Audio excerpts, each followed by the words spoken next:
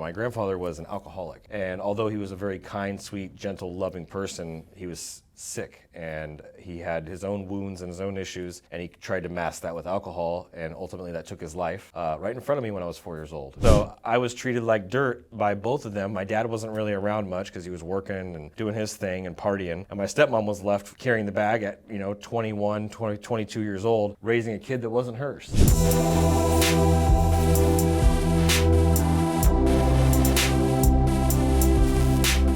What's going on, everybody? My name is Jorden Kirkland, host of the Laugh with Pain show, and I'm so happy to see you guys here today. Grateful to be here with my amazing friend, mentor, and the love gangster himself, Adrian Boysel. My man. Okay. What's up, brother? How you doing, brother, man? I'm doing amazing. Dude, you look fantastic, bro. Thanks. I got the style. You got everything down, bro. And you've worked really hard in your life to get to where you're at today. And I'm super excited to be able to share with you guys how not only he got to where he's at, but how we met and the direction that we're going in the future. So, Adrian, let's just get right into it. Where are you from? Sacramento, California, born and raised. Born and raised. That's Hey, right. All about Cali, baby. Represent the 916. You know, gotta show love, you gotta show love. Growing up as a kid, what was life like for you? What were your struggles? What were your gifts that you recognized early? And what was like the family dynamic for you as a youngster? Wow, a combination of all three of those things is a great starting place. So my struggles were I was being raised by my grandfather and my grandmother from the time I was a baby. You know, my dad and my mom split when I was super young, so broken home right out of the gate. And I didn't really have my mom in my life my entire life. And so my grandmother and my grandfather raised me, but my grandfather was an alcoholic.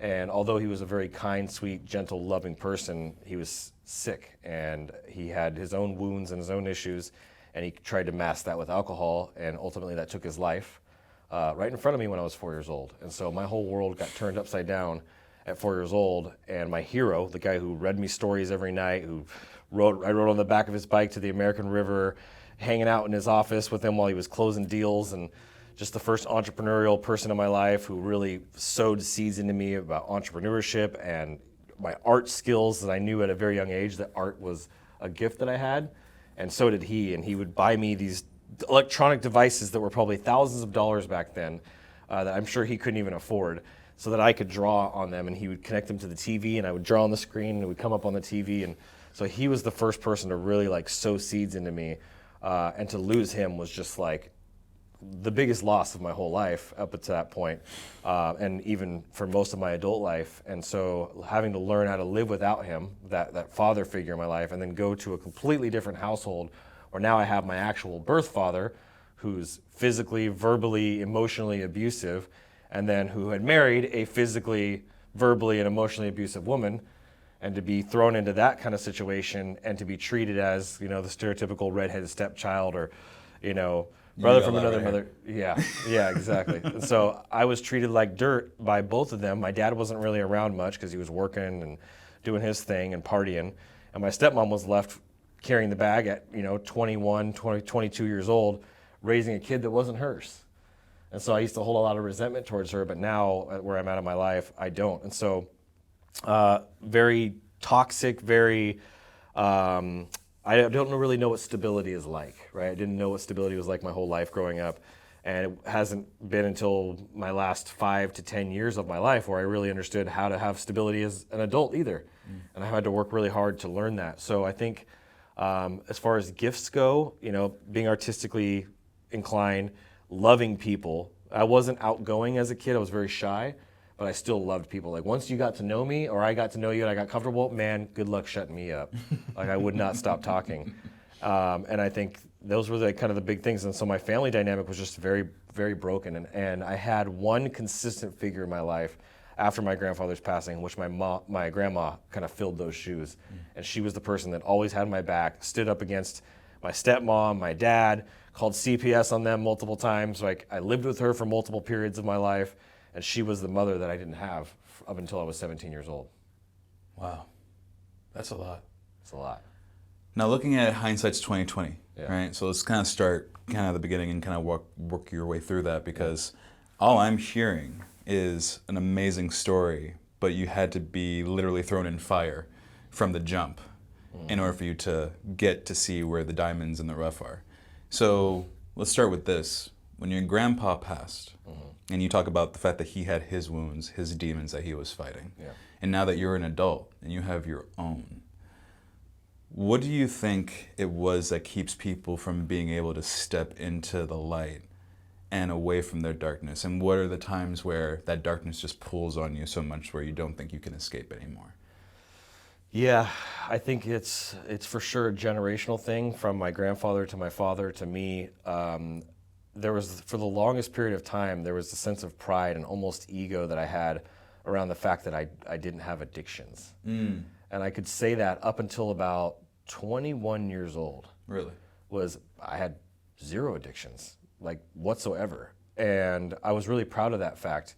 And then as I got into my young adult years, all of the stuff started coming to the surface, bubbling to the surface with real life pressures of being a father and being a boyfriend and being a fiance, and like all the pressures of life and having to work and all that stuff. And coming out of my young teen years and making a lot of messes there. I had been very messy in my young teen, 18, 19, 20 years old. But then I was starting to like realize a lot of that stuff. And I think that for the most part, I understood that I had all these issues about myself, but I didn't have any coping mechanisms. The only coping mechanism that I really had at my young, late teens and early 20s was fighting. I was still doing a lot of fighting. And so I had this pride around addictions, but then as I got older, fell into watching some porn from time to time, and then fell into smoking weed with some buddies of mine. I fell into joining a men's group that was all about a drinking society, and started getting into these, putting myself in proximity with some of these other people that I shouldn't have been. And I started to adopt some of these addictions. And so I think that addiction there's layers to the whole thing, right? It's like an onion, but like the root layer is fear, right? We're running away from something. Yeah. Rather than facing something. And I feel like that's what my grandfather had. That's what my dad actually did in multiple ways, physically, spiritually, emotionally. He ran away from his problems. And I felt like the one advantage that I had for most of my life was that I didn't run from anything. Because I was able to face my fears. I was able to face my challenges and face them without, and I didn't always win, obviously, but I was not afraid to come up against anything. And then as I got older, from about 21 until 25, during my first marriage, I found myself starting to fall victim to addictions, victims to bad behaviors, victims to bad mindsets. And I started to kind of adopt a lot of the things around the toxic people that I had around my life. And although I was still an entrepreneur and doing well entrepreneurially, I was a total mess. Now, you looking back on it from that point of view, why do you think it seeped in the way it did? Was it a small little like inklings here and there that you were like, oh, I could do this once and it won't be that bad? Yep. And then just kept, the spiral just started happening and happening and happening? I'll never be like my grandfather. I'm just going to have one beer today. And then the next day, I'm just going to have one beer. My grandfather drank a 12-pack every day. And then one beer led to a beer another day, and then a beer another day. And then they were like, well, 2 beers is not a big deal. And then 2 beers. And I got like, and this thing about me is I noticed patterns very quickly. I only got like 30 days, at the most 40 days in, and I was like, whoa, I've had a beer or 2 every single day for the last month.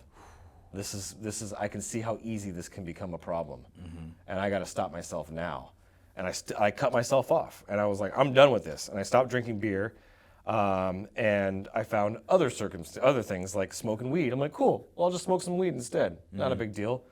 And then after about 27 years old, I was like, you know what? This is not doing anything for me. I'm not really getting anything out of this. I need to start cutting myself off of this. And so I started weaning myself off of smoking weed. And it wasn't until 2022 where I was completely done with it. And every once in a while, from now and then, recreation, I'll do it. But it used to have power over me. And these addictions, I feel like, take possession of us and take power over us. And we freely give our power to these things.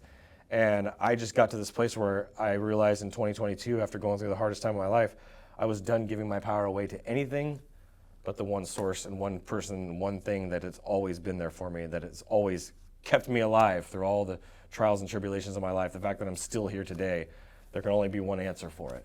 And so I'm only going to give my power to that from now on. Not a woman, not alcohol, not drugs, not porn, not nothing. Like nothing else deserves, not even caffeine. Like caffeine was another addiction, right? And I started drinking caffeine at 17, 18 years old.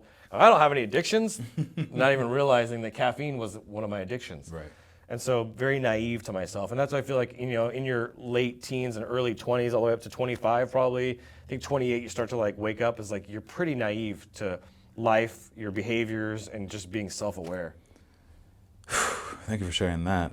With the dynamic of a broken home, but then also navigating to try to actually have a family of your own, what were some of the biggest struggles that you faced with trying to not only see like, hey, I actually can be a good husband, I can be a good boyfriend, I can be a good father, but also just navigating that as an entrepreneur, navigating that as a person who has drive, and where you have, I mean, again, relationships, it takes time and energy to make a good relationship, but it's the same thing to alchemize that into entrepreneurship and business.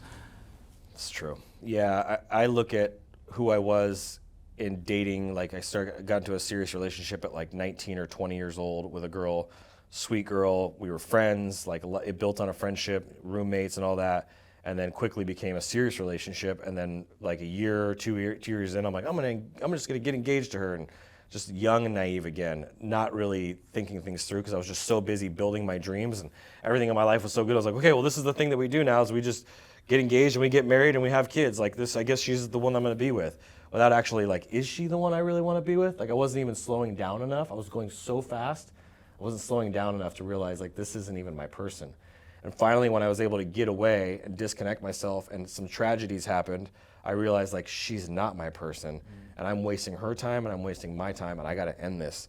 And so I think, the biggest dynamic of the broken homes is like went into a marriage shortly after that.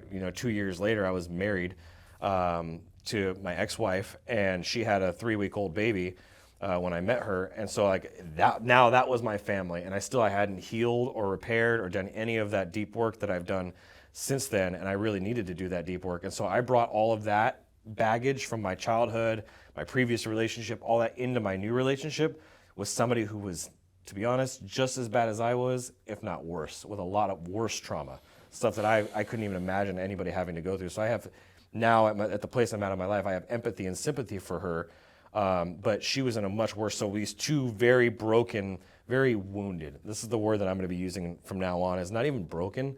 We're all broken, but some people have wounds that you can't see, right? You can't see on the surface level. And some of these wounds that you wouldn't even imagine that people are walking around with. I mean, I've met some of the most amazing entrepreneurs in the world, and I've heard some of their wounds, and like people you would never expect in a million years that are carrying some of this stuff, and myself included, stuff that I've had to endure and go through throughout my life and childhood and adulthood. So I think understanding the generational brokenness, like my grandfather, broken home, abandoned his wife, his family, and everything, and even his children when he was in Barcelona, Spain, where he met my grandma, and abandoned his whole family out in Michigan to be with my grandma. And my dad gets into a relationship, marriage with my mom, broken. Marriage with my stepmom, broken. Next marriage with this gal, Anna, broke. And so it's just this pattern. And I told myself my whole childhood and coming into my adult years, I'm not gonna be like my dad. I'm gonna be the opposite of my dad, right? We all do that. What am I do the opposite of what he is? And in reality, for those that are watching this, it's like, yeah, the opposite is good in your intentions, but there are good things about my dad, and there are bad things about my dad. I need to take what works for me and do the right thing, right? And that was the thing that my dad always struggled with. He had a hard time doing the right thing. He wanted the easy road. He wanted what he wanted. It was very much about him as an only child. And so my path has not been like that. I've been different. I haven't been the opposite, but at first I overcorrected and tried to be the opposite. And that got me into trouble. I'm like, okay, you got to find your own path. It's like not the opposite of your parents, but what is your walk? And I will be the first generation in my family tree on both sides, mom and dad, that will have broken the generational curses of broken families. It ends with me. It ends with you. What are the steps you take to get there mentally? Like, it's not something that you just wake up one morning and go, okay, I'm free of this. All right, we're going to go break the family trauma, right? I definitely understand that. My pops was a different type of individual, and natural comedian. His life was horrible in terms of like how he grew up, and so I still carry those wounds as myself, right? And like you talk about, I'm not gonna be anything like my dad. Said that to myself at 7 years old, like I'll be nothing like my dad. I will never do it. I'm gonna be opposite of him. And then I see him for the very first time at 22 years old, and you're like, whoa, I'm almost exactly like him in every shape or form. So for you, especially from talking about being in a marriage you shouldn't have been in, going through trying to autocorrect yourself and overcorrect yourself, what were the steps you needed to take each day that helped you realize that you could not only be yourself, but better questions you should ask when wanting to share your heart with somebody? That's a really good question. From my perspective, I think that it's small. It's like that 1% we were talking to, what's her name, earlier, and she's like, 1% per day better, right? Oh, Marcia Simon, yeah. That Kaizen, model. And that's really what it is just trying to be 1% better per day. There was one point in my life where I was like, I'm gonna be 100% better every day. And it's like, that's just not sustainable or realistic. And so I think it was small steps, but the biggest kind of pivots or turning points or tipping points, as Malcolm Gladwell says, the tipping points that happened for me was 1, going and seeing a counselor, 2, surrounding myself with healthy, masculine, very well-rounded Christian godly men. Spending time with God was something that I hadn't done my whole entire life. Could until you I was break that down too? What does it mean to spend time with God? Spending time with God looks like going to church, not for the people or the religion or the rules, but going to church to be in the presence and to be close to God, because God, where 2 or more are gathered, right? That's where God is going to be more palpable, is going to be more easily reached.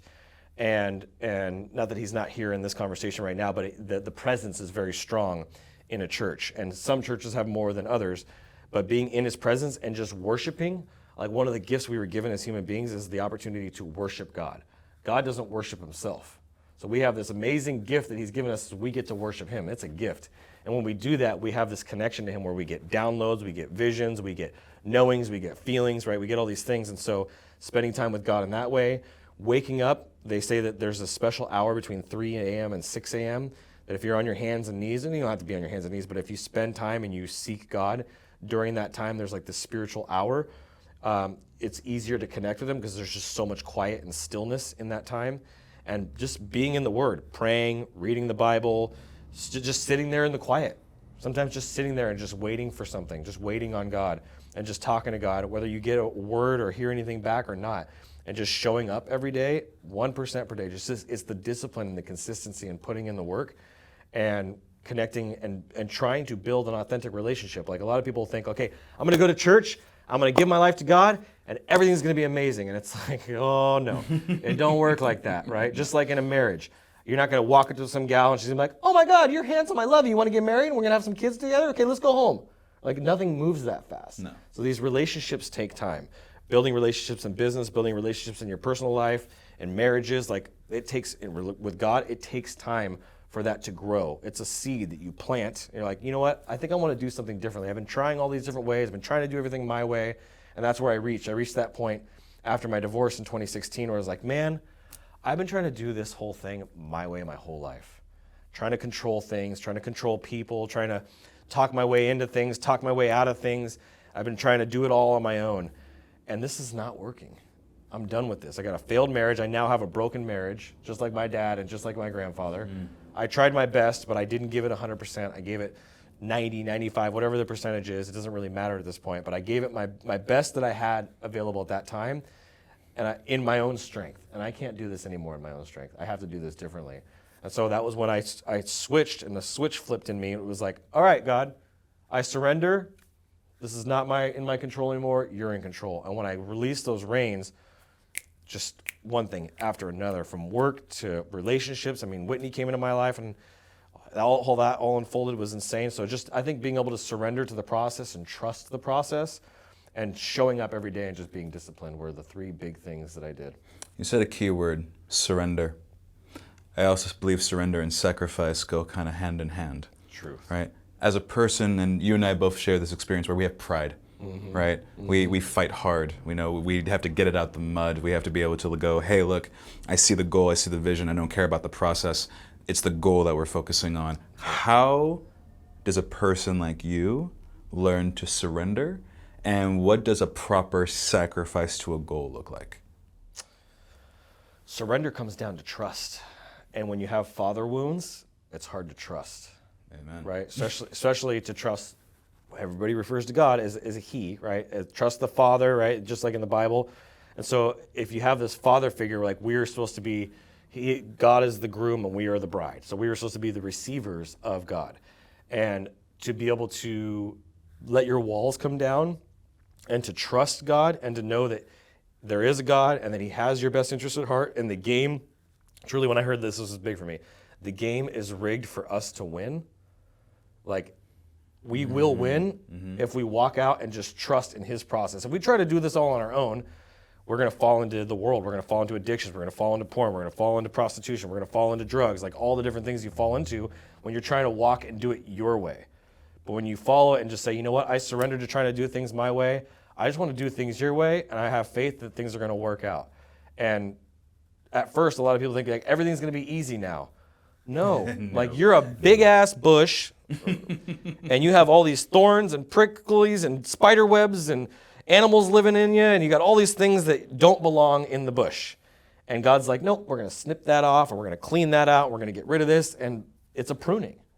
Pruning hurts. You got dead leaves and things that don't, and that process, people have a hard time going through that process and being pruned. Because it hurts, it's painful. Jordan Peterson says it's burning the dead wood off. There it is. Right? Getting all the things that no longer serve you so you can have new flesh. Or right. shedding of the skin for a snake. There it is. Right? You know, Yep. you have to transform, but it's not an easy process and it's not a pleasant process. It's not painless. That's where the suffering and the sacrifice comes in along with the surrender, is you have to be able to be willing to accept that things will probably get harder before they get better. But at the end of the day, you trust like a child, right? They call it childlike faith, that things are going to work out for the good, that this is the path, that God's got a plan for your life, and that you have obviously free will. That's the beauty and the gift we have. You could choose the other path. Like you're free to do that. Or you can make your life easy, take off the weight, because as entrepreneurs, anybody that's watching this as an entrepreneur can understand this to the core of their being, is the weight that you carry as an entrepreneur is like enough to just crumble somebody at the knees. And my tolerance for BS and stuff in my life has been so high. Like normal people, my therapist told me, normal people's tolerance for BS is here. Yours is way up here. And so I can carry a lot more because I've dealt with it my entire life, but that's still not healthy for me. No. Right? And so I have now taken all of that weight off and I've given it to God and I said, okay, you can have this. I don't want this. I don't need this. And of course there's still pressures and still weight, but when I get to the end of my day, I'm like, I have gratitude. I'm like, thank you, God. I know you're going to work this out. This seems bleak. This seems bad. This seems like things aren't going to work out. I don't know where my next meal is going to come from, but you know what? I've been doing entrepreneurship for 17 years, 342 days, and 16 seconds. And so far, I have never gone hungry. So magically so, you've always taken care of me. Somebody's taking care of me. The birds don't have to worry about eating every day. They get fed, right? And so it's the same kind of like childlike faith, just knowing deep in your soul that you will be taken care of, and you just got to be willing to surrender to and trust the process of what's happening, that the bad situations that are coming into your life, if you get a DUI, that happened for you, right? Because it could be worse. You could have taken somebody's life. And even if you do take someone's life, no person, I learned this about 6 months ago, there is no person that is too far gone. I thought that was a really interesting perspective, because there's a lot of people walking around right now, even that are watching this, that are going, I'm too far gone. Mm-hmm. I've made too many mistakes. I've done too many wrong things. I've hurt too many people. I've tarnished my reputation. I've tarnished my record. I'm too far gone. Mm. And yeah, and so there are... Oh, wait, you wanted to say something right there. Yeah. Don't leave it. That's an honest thing. What so I was having this debate with my wife recently about people who abuse children, and how I believe that people who abuse children, in the way, we'll just say the word, pedophiles, are too far gone. Mm-hmm. And she's like, I thought you didn't think that anybody was too far gone. I was like, that is the one circumstance and situation. There's not too far gone. Like, I believe God can come in and heal and help that person, but he can't undo what's already been done, like the damage that's been done. Forgiven but not forgotten. Forgiven but not forgotten. But I do feel like that if there is an exception, that is potentially the only exception. But outside of that, murder and all the other things that people do, I don't feel like anybody is too far gone for God to come in and save them and to turn their life around. So I always like to play devil's advocate, right? I think that's a very healthy thing to be able to look at what you believe and then have someone be able to be the counteractive of that. And so when you talk about no one is too far gone, but then you have the people in your own life that you haven't forgiven yet, how do you try to apply that in your own world? And where can you show humor in that pain? So for example, like I had a friend pass away. And my running joke was after he passed away, because humor is how I dealt with it, was like, dang, he passed, we found him on April Fool's Day. Talk about the craziest joke in the world, right? It's like, oh yeah, by the way, that's actually not the kicker. He died the day before. You just found him on April Fool's Day. Gotcha. And I was like, wow, I guess we must have made better jokes so that he could have stayed alive a little bit longer. I know some of you are in the comments right now are going to be like, you said that. Yeah. Yes, I did. But how do you play when you see that and you see other people who are not God-driven, who don't know how to forgive? They are fully in their pride. They believe they're so far gone and they're choosing to keep walking down towards the shadows. When you run into that and then you also deal with your own demons, how do you handle that counterbalance to your faith? And how do you stay structured in your own self? I like that question. I think the truth of it is that regardless whether Christian beliefs or just worldly beliefs or whatever it is, I believe that we are here to learn and experience this world and this life to become the highest and best versions of ourselves in our lifetime. And I believe you're either going to choose to run the race and to show up and to do as great of a job as you possibly can, not for anybody else but yourself, right? And when you're doing it for yourself, you're doing it for the greater good, right? You try to become the best person you possibly can be for yourself, but which affects the greater good and the people around you. And in doing so, you're glorifying God, right? It's another form of worship. You're glorifying God. And so I feel like you can choose that path to try to be your best version of yourself, or you can give up and you're going to repeat the same thing and you have to learn the same lessons and your life is going to be miserable, which I think a lot of people experience, and they just bump their head against the wall doing the same thing over and over again, which is insanity. And so I feel like my purpose was, why the Love Gangster thing was born, is I know that at least if there was a past lifetime, I know for a fact I was a mafia boss and I used fear. And this time in this lifetime, I've learned from that, and I want to use love. I want to use the opposite of that. I want to give no power to fear, to dysfunction, to darkness, to the devil, to the enemy, whatever you want to put a label on it. It deserves no power or place and authority in my life. But God, the creator of the universe and all the most amazing, beautiful people and things and creatures and things that we get to experience in this life, they're so beautiful, even the small things. I think that focusing our attention and gratitude and love is the gift. And so you can stay on this path of darkness and dysfunction, but where does that lead? It leads to death, and it leads to disconnection from our creator. And heaven, I believe that heaven is being as close to our creator as possible, right? People say going to heaven. Whether that's a physical place or not, I don't know. Bible says it is, theories say it is, but there's no scientific fact, right? We can't prove that heaven is real. But I believe that if there is heaven, heaven can be brought on earth. I believe that God's given us the power to bring heaven on earth. And by doing that, it's being as close to him on earth as we possibly can. And when we bring that light and love into our life, it is infectious to all the people around us. And so the more rooted you are in that light and love and gratitude, the brighter you're gonna become, and the more things you're going to attract into your life, and the more fruit you're going to bear from your tree, versus walking that path of darkness like, oh, there's no God, oh, there's no this, and oh, it's all bad, and people suck, and no, you can't trust anybody, and like all the programming that happens in society. Like, where's that going to lead you to? Okay, cool, you make it through your life, you're miserable your whole life, you pass away, and then you realize, oh, the whole time it was all good. Like, I had a choice. And so it's just about being able to make that choice, I think, and knowing that you're here to become the best version of yourself possible. It's funny you talk about choice. Growing up, you're always giving a choice. You're always going, my mom gave me a fantastic analogy about how I should handle homework and how I should handle being, about play and about homework. And she goes, Jorden, I thank her for this every day. Thank you, Mom. And she goes, Jorden, you have the option of playing right now, but you still have to do your homework later. Or you could do your homework right now and go and play later. But the choice is up to you. And what I loved about the way my mom talked about like how she raised me was she raised me based off my choices. She gave me the options and then watched how I chose. And then based on the choices I made, she raised me off of those choices. And I feel like if we had more of that example growing up, that people would feel not so confined and maybe even find better ways to handle different situations. There it is. And how do you feel when someone says you are just God-godding, but you've forgotten that you were a piece of God, and that God is the author of the story of the version of you at this time? So you are not separate from God, right? And whether it's your religion, whether it's your belief system, your psychology, whatever. I believe that all of us are one, right? We all bleed. We all have dreams. We all have a heartbeat.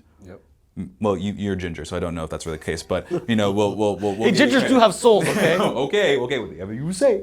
But when you hear that you are a part of the Creator, you are not separate from the Creator, and that you can alchemize things into existence, how does that sit with you? I've been doing it my whole life. I've always had that quiet voice inside of me telling me that I knew my life I was going to do something great in my life. I just had no clue what that even meant. There was this voice that was like, yeah, your childhood's terrible. Yeah, your adulthood can be terrible at times, but you're going to have an amazing life. Your life is going to be great. I have plans for you, is basically everything that I kept hearing my whole childhood, and it's what saved me. There were many times as a child getting beat up and screamed at and choked and all the things that I had to endure as a child, where I was like, this is pointless. Like, what am I doing here? Like, why am I even alive? Like, why was I born? And then that voice would just come in and like, because I have plans for you. Because I have plans for you. And God takes what was done in evil and done in dysfunction and uses it for good. And that's what I'm here to do, is I'm here to be that gangster to freaking bring some love on earth by force, right? I'm gonna bring it by force. And so whether it's speaking or loving on somebody in words or actions. Man, I'm gonna bring kindness to this planet, and if you don't show love to the people, you're gonna be sleeping with the fishes. Capiche? Capiche. So, Carl Jung, big fan of him, talks about the dark night of the soul. And you had a very extensive dark night of the soul a couple years ago. Now, to give a little credit to you, mentor, award-winning graphic designer and entrepreneur, helped hundreds, if not thousands, of businesses make millions of dollars. You're a loving husband, you're a fantastic father, and I've gotten a chance to see that firsthand. But obviously, even with all of those accolades and so much more, you went through a period of time where nothing was going your way, and the world was literally against you. Talk about that experience. Yeah, for anybody that's been in that, and I think a lot of people have, first just say I'm sorry, because that is not a fun experience to go through. I had such a rough childhood growing up that I thought that at 4 or 5 years old I had been through the dark night of the soul. Like, that's how rough my childhood was. And I thought, I've for sure already gone through it. I know what that's like. It's a dark night. I've been staring at that thing my whole life, but I've chosen the light, and I acknowledge it. I understand it, but no thanks, right? Yeah. And the reality is in 2022, when my entire world and my future was in jeopardy because of something that I didn't do, something I was accused of doing that I didn't do, thanks to a child and his dad. I was faced with being labeled and accused of being the one thing on this planet that I am the furthest thing from.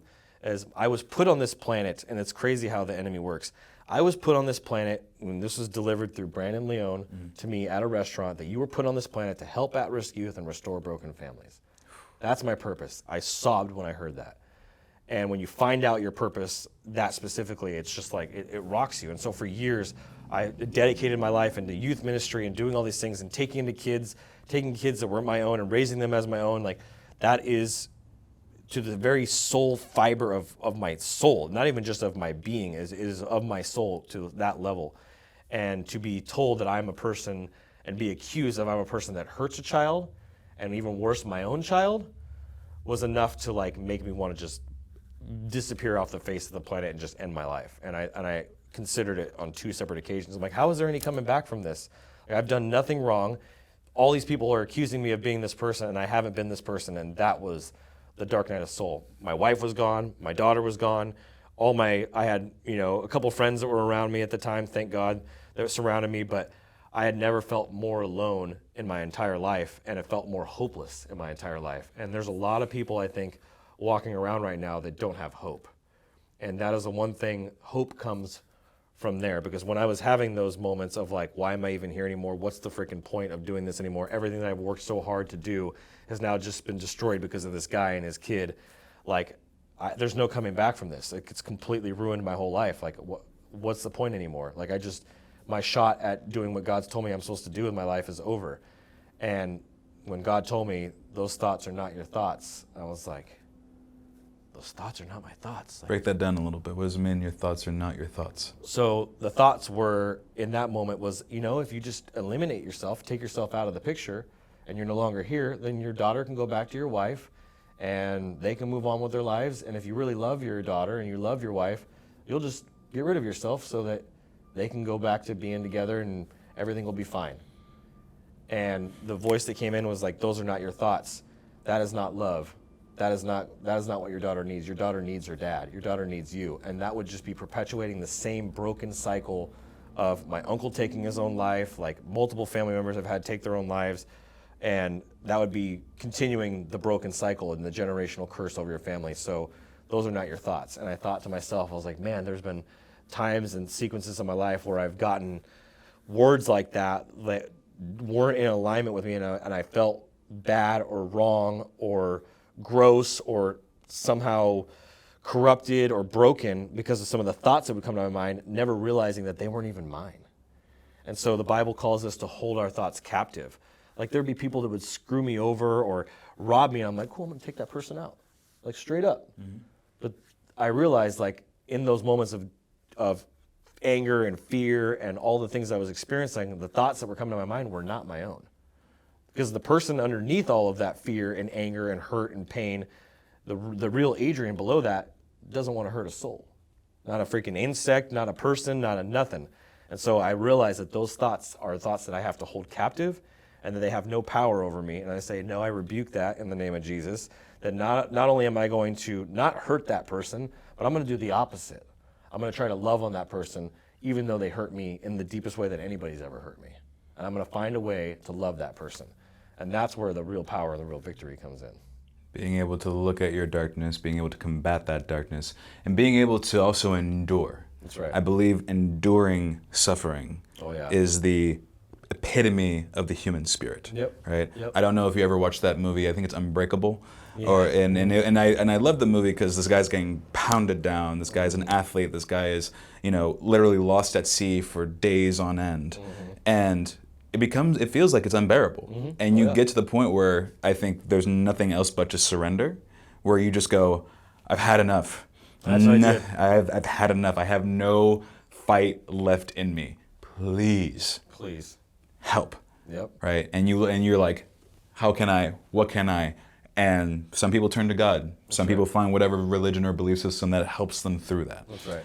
And here's my 2 cents when it comes to belief systems and religions, especially with the way that I've grown up, is I feel like, again, if you're not born in America, if you were born somewhere else where you've never heard the word of God, or you've never heard of, Confucius, or you've never heard of any of these systems, how do you get the message that there's something more higher than you? Mm-hmm. That you can look to and go, I need to aim in a direction. Mm-hmm. And I'm a big fan of the philosophers and the Stoics of the past, where they talk about, it's like, it is not the human ideal to create your own value system. Mm. The reason why people were so connected long before technology and before these times was because the ideal to strive for was outside of the realm of possibility of human being. Mm. We could fight to go there. Yeah. They talk about in the trifecta, I do research on a lot of different belief systems, but the whole Trinity, right? The Father is the one that has the biggest plan for you. Jesus is like the Arnold Schwarzenegger. He's the ideal that you want to strive for. And the Holy Spirit is your guide that is with you always, that can help train you. And when you say, hey, I need some help, it's right there next to you saying, okay, I got a workout plan for you. Let's get into it. Everybody has it. Everybody does. Every human being, whether they hear the name of Jesus or the name of Yahweh or the name of Yeshua or the name of Allah or whatever the name is that they hear or not, every single person has that Holy Spirit dwelling within them. All creation, all of mankind. And so for people to deny that within themselves and to deny the Holy Spirit, deny that God is existing, is like the biggest and saddest thing that I could possibly ever imagine, because like tuning out that voice and living without that, that's hell. Like even if you have an amazing life and you make a lot of money and you have a good family and you have good kids and you go your whole life and you don't experience what it's like to listen to that voice and have that voice with you, carrying you along and like surrendering to that voice, man, I wouldn't wish that on my worst enemy. It's living in hell. It's living in hell. It's separation from God. That is hell. And I believe that hell and heaven, right, or the best day and the worst days of your life, are really all about how you also process your thoughts, right? I would say that there is the abstract, the ideal that we talk about, the things that are outside of what we see. Yep. But there was a great illustration of two people sitting at a bus stop, and one person is having the fantastic day, the best day of their life. They're happy, they're looking at their phone, they're excited, they're smiling, and the person right next to them is so sad, and it feels like it's raining, and they are hating life, and they're in the depression. And I know what it's like, and I know everybody, as you hear this, is like, I know what that's like in my own mind of what the best day of my life could look like, and what the worst day of my life could look like. Well, maybe the guy that's on his phone, right, as you were just describing, I was like literally picturing them as you were saying it. The guy on his phone, maybe he just got a $100,000 or $1 million contract, and his wife is, telling him how amazing he is, and his child just got an A on their report card, and he's like super excited that he gets to go to his dream job every day. And then you got the other guy on the other side who like maybe he just lost his wife, and maybe he's broken in debt. But if you strip all of the things of this world away, and all of that, and you look at the two people, what's the difference? They're both sitting on the same bench. They're in the same place, enjoying the same weather, or same good weather, same bad weather. Like, they're both equal. But it's in the mind, right? It's all in the mind. And I think that has been a big wake-up call for me in the last 3, 4, 5 years, is like all suffering happens in the mind. At the end of the game, the king and the pawn go back into the same box. Oh, that's a good one. At the end of the day, the king and the pawn go back into the same box. None of us get out of this game alive. That's true. We don't. So good. We don't. And to be able to see mortality hit you really, really early on, I believe it allows you a perspective change to go, this life is short. I shouldn't take myself so seriously, but I should also be serious about striving for my goals and my dreams. And when it comes down to taking risks, as a risk taker yourself, why should you take a risk? What is the gold on the other side of taking that risk? And what are the concerns that you actually have to navigate when taking a risk? Like, you're an entrepreneur, man. You've run business. You've been an entrepreneur for 17 years. You've made mistakes. Yeah. But you've had some amazing successes. I mean, I've been a legitimate entrepreneur for 17 years, but I've been an entrepreneur since I was mowing lawns and raking leaves and selling weed. You know what I mean? It's in my who I am now, right? It's part of me. I think the risk taker side of things is, you ask this question like, why take a risk? I've always looked at it, maybe that's the rebel in me, is why not? Why not take the risk? What's the worst thing is going to happen? I'm not afraid of anything. That's the biggest thing. Well, okay, all the way up until my adult years, I wasn't afraid of anything. Now that I have a child, there's definitely fears there. But like, there wasn't a person, an entity, an agency, a government, nothing that would make me afraid of anything. And so I was a very fearless person. And so I was like, cool, whatever happens, happens. If something bad happens, I'm just going to deal with it, and I'll get through it. I've gotten through everything so far. I've already been through that. If I can go through that, then this is all going to be a cakewalk for me. And so business to me was like so easy because it was so natural. I've known it and been around it my whole entire life. my dad was a business owner, my grandfather's a business owner. My mom's a business owner. Like, it's just so ingrained in my family that it was like, that's easy. It's the day-to-day life that's hard. And I think, why not take the risk? Like, what do you have to lose by playing it safe? Again, we all go back into the same box. None of us are going to escape this place. And so I just looked at this as an opportunity of like, I'm either going to win, which is going to be amazing by taking this risk, or I'm going to learn. And I'm going to learn something. I'm going to make sure I try not to repeat that again. And I've had to do that a couple times. Like, okay, I said that already, that I wasn't going to do that again, and here I am doing it again. And so sometimes we have to repeat the same mistake multiple times. Hopefully not too many times, but yeah, I think it's just the why not is really the question, is like, why not you? Why not you being the biggest speaker? Why not you being bigger than Les Brown? Why not you? Right? Yeah. God's put a vision and a story and a fire inside of you and a voice in you and a brain in you that is unlike majority, 98% of humans walking on this planet. So why not? What is it that's stopping you from that? Why not choose you? The only thing stopping you could be you. It's always your worst enemy. We watch, I'm a big nerd, right? So I love, your comic books, anime, but what people don't realize and people have a hard time with when it comes to these stories is that we fall in love with these stories because they are telling about the archetypes of what it means to be human, right? Like I think of Anakin Skywalker, right? Everybody knows, like even if you're not a big Star Wars fan, everybody knows who Anakin Skywalker is, right? Darth Vader. Yeah. But it's like, he was considered the chosen one, right?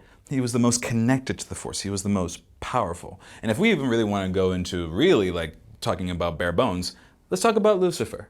Yeah. Let's talk about the devil, right? That's right. He wasn't always the devil. Yep. He was the most loved. He was the one that shined brightest. But the analogy that I break down, because I like to take the stories and break it down to psychology and actually understand where the alchemy and the stories actually represent into the human nature. The devil represents the intelligence of man. Knowledge, yeah. We fall in love with our own creation. And what is the one thing that is the downfall to most humans is that we think we know it all. That's right. And we strive to that. Against, what was it, the Tower of Babel? Yep. You believe that you can build a tower all the way up to heaven and then watch it all come crumbling down. You can build an empire. You can start a whole career. You could be the most famous person in the world. And what ends up happening is you're miserable. Yep. And we try to fill it up with the drugs and the sex and the porn and trying to do all the devious things that we could possibly think because we're like, this is all I have. That's right. And then you come out of that if you're willing, and if honestly a little bit of luck as well. Yeah, there's a little bit of luck. But you come out of that and you go, what did I learn from this? What did I take from this? And you're a father, right? And you've been an example to your young girl since the beginning, right? She does not have the life that in her first 5 years of life, she has not experienced what you've experienced. Exactly. What's the importance of being a father? I mean, there's nothing that this world gives you that's more important than being a father, next to being a child of God. Those are the two things. Getting to be a father and getting to experience the father's heart of like wanting to protect your child. Like a lot of people look at commandments as these rules of, I can't do this and I can't do that and I can't do this. And it's like, dude, those are ways that if you don't do those things, those are how you live your best life. They're not rules to keep you from having fun.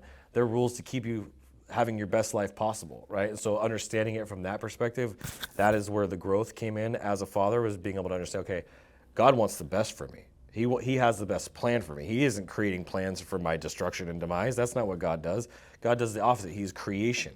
He is beauty. He is joy. He is love. He has all those fruits of the Spirit. And so being able to have faith in that and being a father and trying to be the same way and having that empathy and love. Like, I know when I make mistakes or do something wrong or sin, God's not like, oh, I've given up. That's it. Yep, that's his 655th one this month, and I'm done.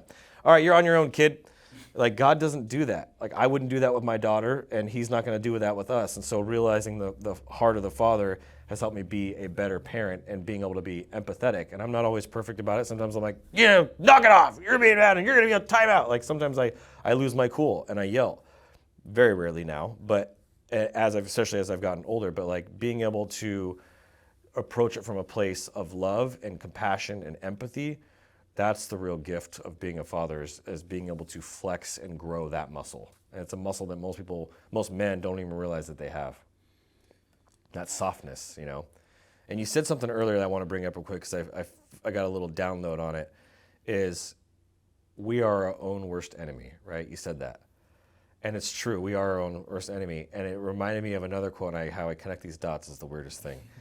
But I was immediately reminded of another quote is, keep your friends close and your enemies closer.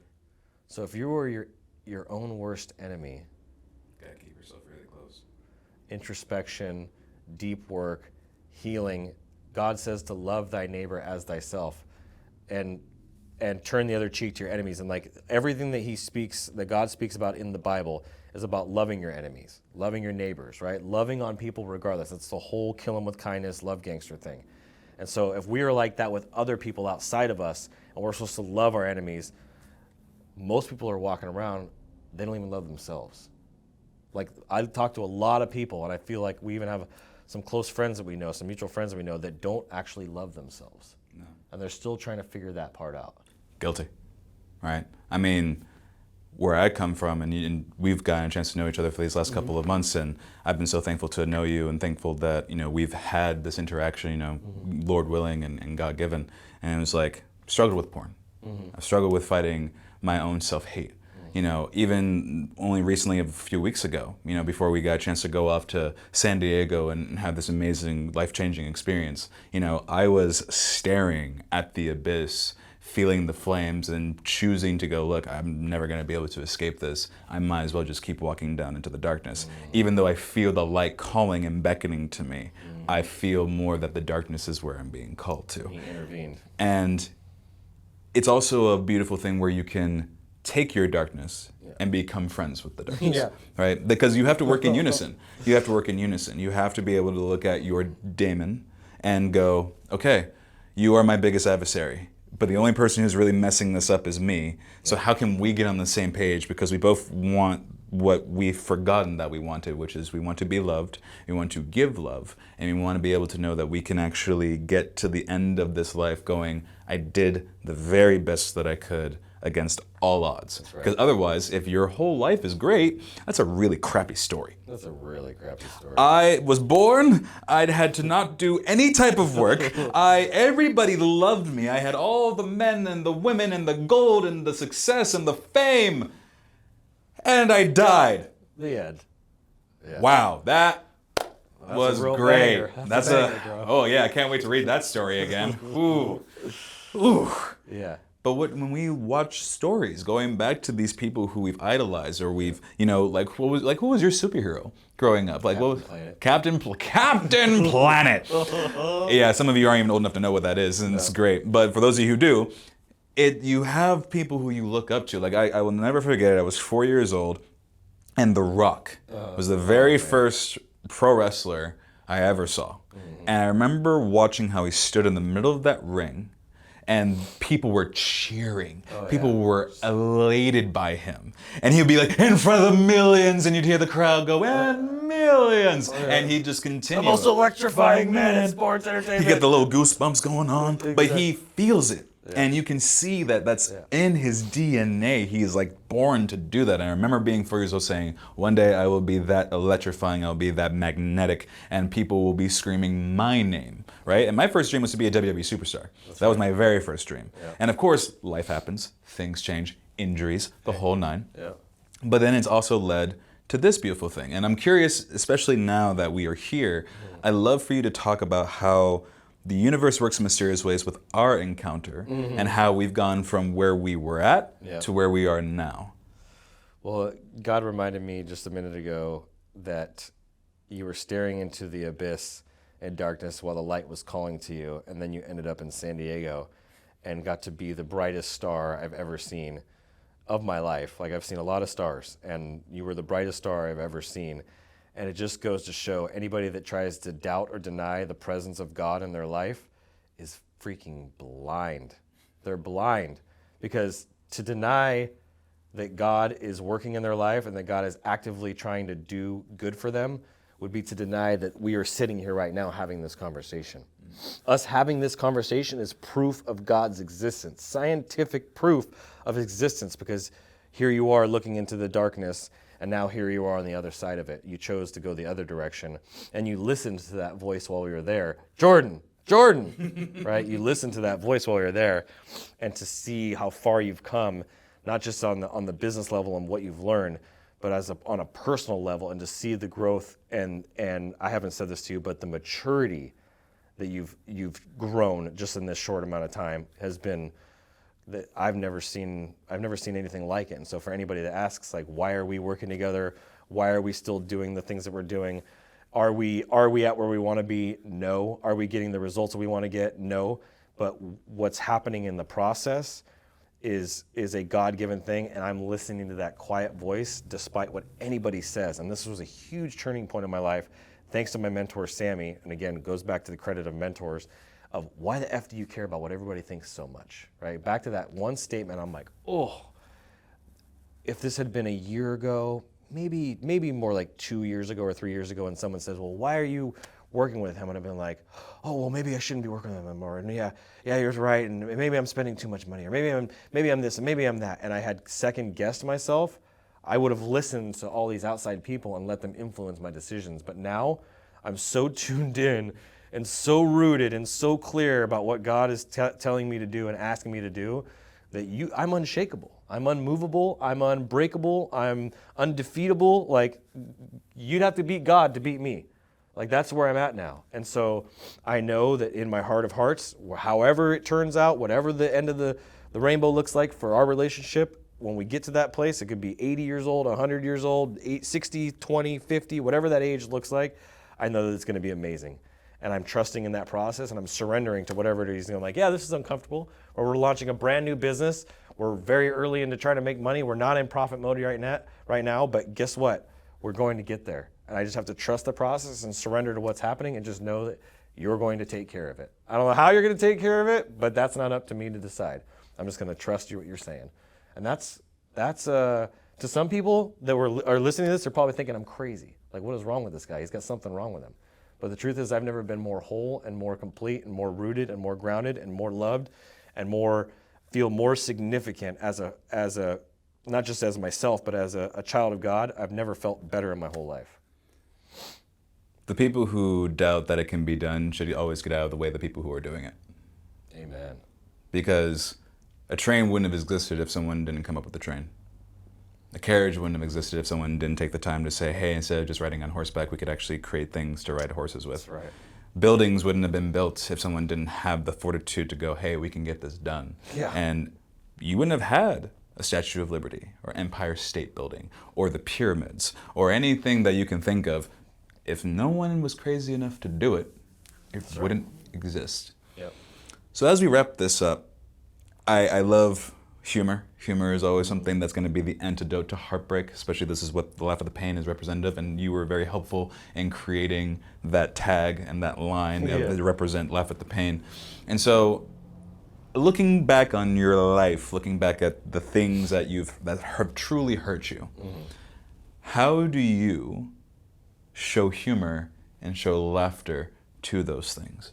What would be a great joke if you could come up with, I don't care how bad it is, what's a great joke to look at the pain in your life and just be able to laugh at it and go, thank you for that. I'm so grateful for it. And I'm actually ready for another. Yeah.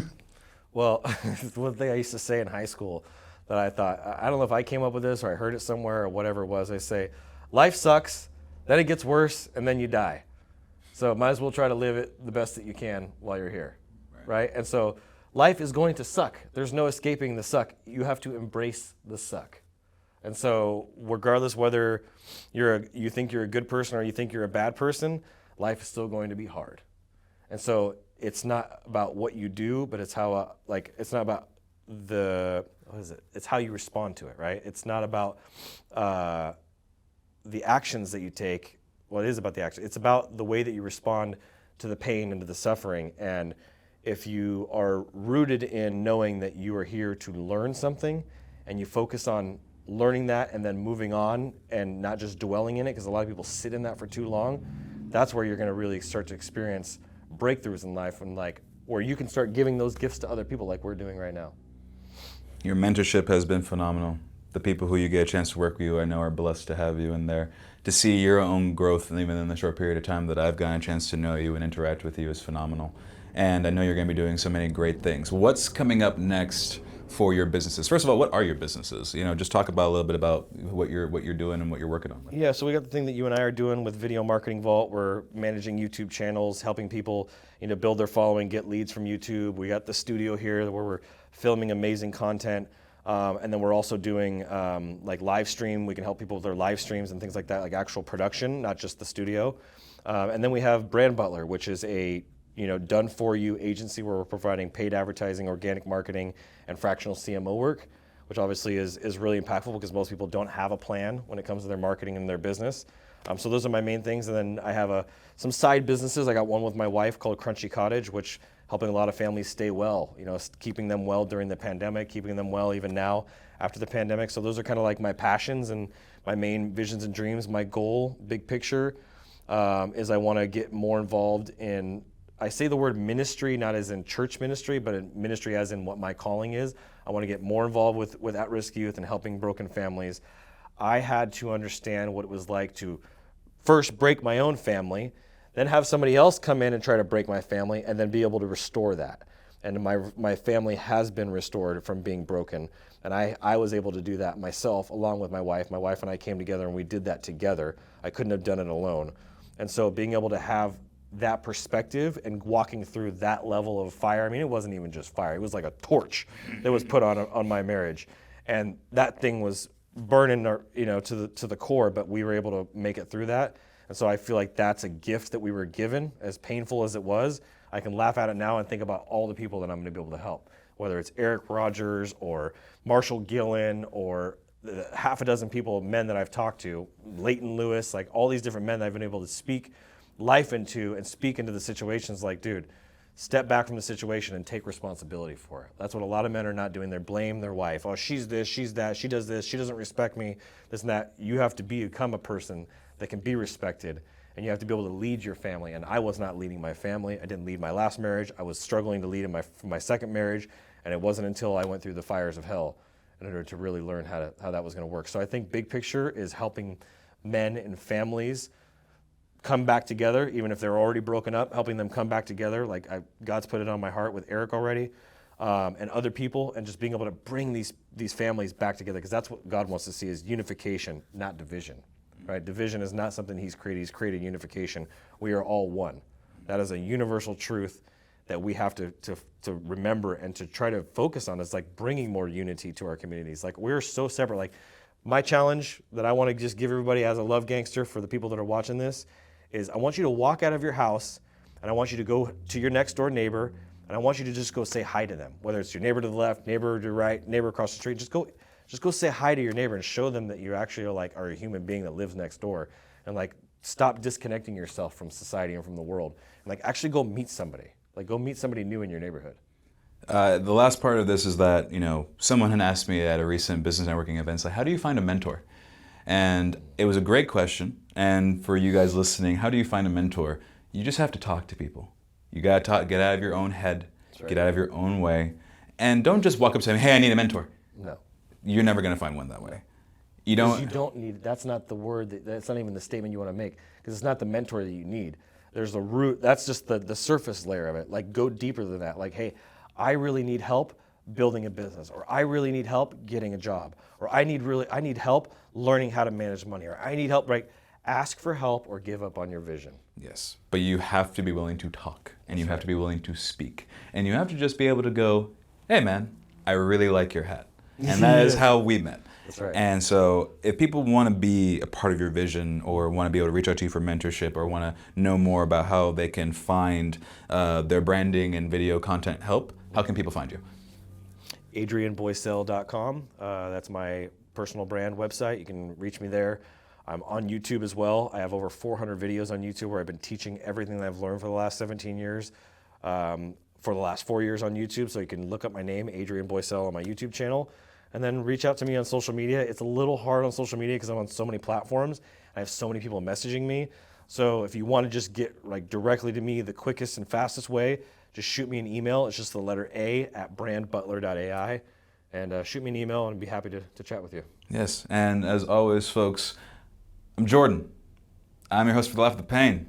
This is Adrian Boysel. Thank you for being with us today. Many blessings to you and yours. And remember, laughter is the true antidote to heartbreak. And we'll see you next time.